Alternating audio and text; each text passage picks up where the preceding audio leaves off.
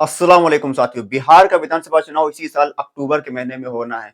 ऐसे में बैरिस्टर असदुद्दीन ओवैसी की पार्टी एमआईएम ने भी यहाँ पे प्रत्याशी उतारने का ऐलान किया है।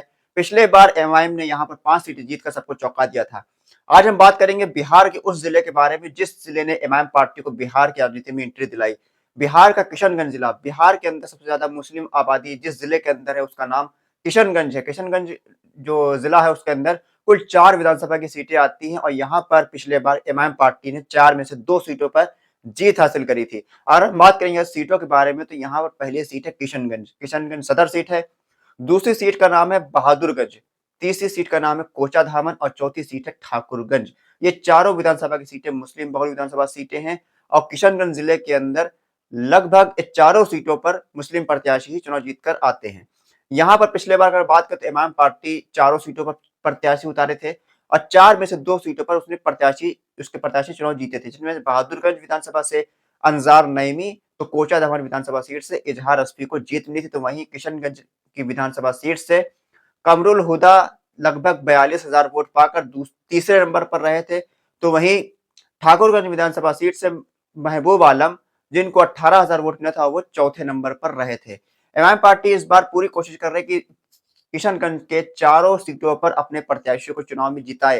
एमआईएम पार्टी के पास चारों सीटों पर मजबूत से मजबूत प्रत्याशी टिकट मांगने की लाइन में लगे हुए हैं। एमआईएम पार्टी यहाँ पर काफी मजबूत है। अगर पहली सीट की बात करें किशनगंज सदर सीट के बारे में तो यह सीट 2019 का जो उपचुनाव हुआ था यहाँ पर एमआईएम पार्टी ने जीत हासिल करी थी।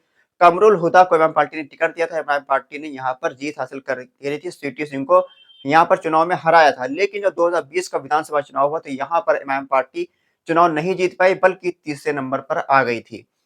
इस बार एमआईएम पार्टी यहाँ पर एक मजबूत उम्मीदवार को उतार सकती है जिनका नाम तसीरुद्दीन है। तसीरुद्दीन एमआईएम पार्टी के टिकट पर 2015 के विधानसभा चुनाव में किशनगंज से प्रत्याशी थे। उनको लगभग 16,000 वोट इस सीट पर मिला था और 2019 का जो विधानसभा उपचुनाव था उसमें वो भी टिकट मांग रहे थे, हालांकि उनको टिकट नहीं दिया गया था। उनके जगह पर कमरुल हुदा को टिकट दिया था। लेकिन 2020 के अंदर कमरुल हुदा नहीं जीत पाए। इस बार कमरुल हुदा जो है वो आरजेडी में शामिल हो चुके हैं। अब तसीरुद्दीन जो है उनकी सबसे मजबूत दावेदारी सामने आ रही किशनगंज विधानसभा सीट के लिए। किशनगंज के इलाके में तसीरुद्दीन का अच्छा खासा रसूख है। तो किशनगंज जिले की किशनगंज सीट पर एमआईएम पार्टी तसीरुद्दीन को प्रत्याशी अपना बना सकती है। दूसरी सीट की बात करें तो यहाँ पर दूसरी सीट है बहादुरगंज विधानसभा सीट। बहादुरगंज विधानसभा सीट ऐसी सीट है जहां पर एमआईएम पार्टी ने 2019 का लोकसभा चुनाव में भी लीड ली थी। 2020 का विधानसभा चुनाव में यहाँ पर जीत हासिल करी थी। 2024 का लोकसभा चुनाव में भी यहाँ पर लीड ली थी एमआईएम पार्टी ने। ये सीट एमआईएम पार्टी के लिए काफी मजबूत सीट मानी जाती है। इस सीट पर की अगर बात करें तो पिछले बार इस सीट पर एमआईएम पार्टी के सिंबल पर अंजार नईमी को जीत मिली थी और वो जीतने के बाद आरजेडी में शामिल हो गए थे। ऐसे में जो एमआईएम पार्टी के जो कोर वोटर है उनको काफी ज्यादा धक्का लगा था। यहाँ पर एमआईएम पार्टी के टिकट के लिए एक बड़ा नाम सामने निकल कर आ रहा है जो कि कांग्रेस पार्टी के पूर्व विधायक है, 4 बार विधायक रह चुके तौसीफ आलम। तौसीफ आलम को ही हरा कर एमआईएम पार्टी ने यहाँ पर जीत हासिल करी थी। लेकिन इस बार कहानी पलटती हुई नजर आ रही। तौसीफ आलम खुद एमआईएम पार्टी के संपर्क में एमआईएम पार्टी से टिकट मांग रहे हैं, ऐसी सूत्रों के हवाले से खबर आ रही। हालांकि एमआईएम पार्टी की तरफ से भी कोई हरी झंडी उनको नहीं दी गई है।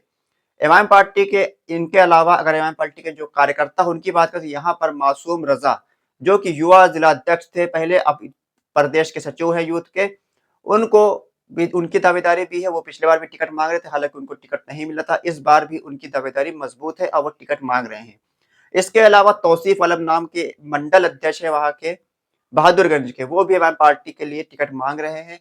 मजबूत दावेदारी इनमें से किसकी होती है तो आने वाले दिनों में पता चलेगा। लेकिन तौसीफ आलम अगर एमआईएम पार्टी में शामिल होते हैं तो यकीनी तौर पर तौसीफ आलम को एमआईएम पार्टी यहाँ पर बहादुरगंज से प्रत्याशी बनाएगी।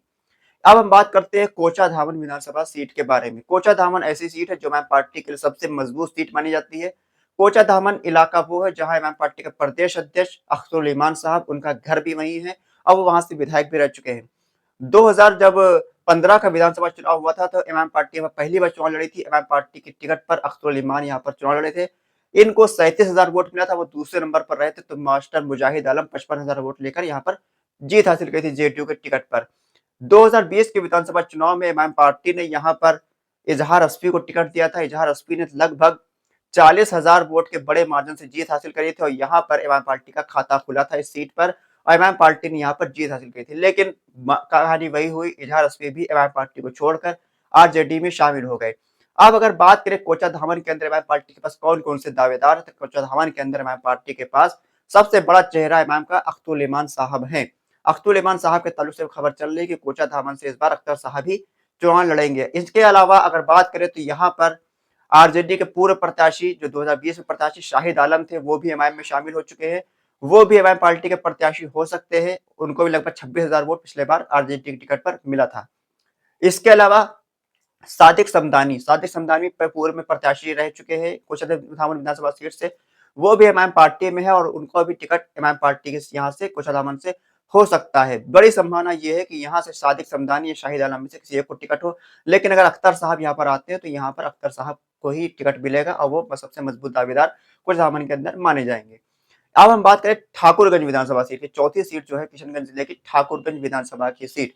ये सीट भी काफी ज्यादा चर्चित सीट है। यहाँ पर एमआईएम पार्टी ने जीत हासिल नहीं की, एमआईएम पार्टी यहाँ पर कमजोर पड़ जाती है। लोकसभा चुनाव जब 2019 का हुआ था, एमआईएम पार्टी ने यहाँ पर लगभग 38,000 वोट लिया था।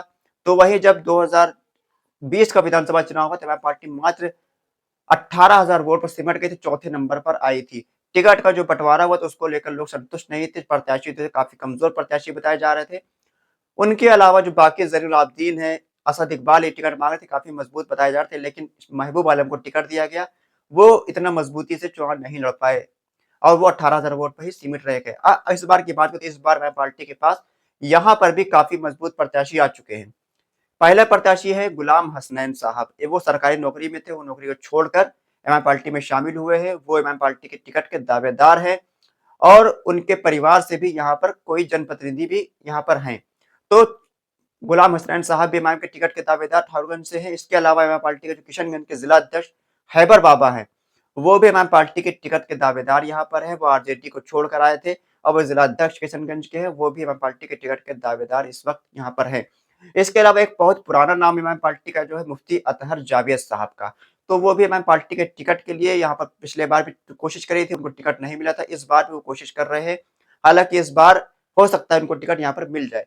तो ये 4 विधानसभा की सीटें जहाँ पर एमआईएम पार्टी चुनाव लड़ सकती है और जीत सकती है किशनगंज जिले के अंदर की। आप अपनी राय दें, किशनगंज जिले के अंदर किस सीट पर एमआईएम पार्टी किसको टिकट देना चाहिए? अपनी राय जरूर कमेंट बॉक्स में लिख कर दें।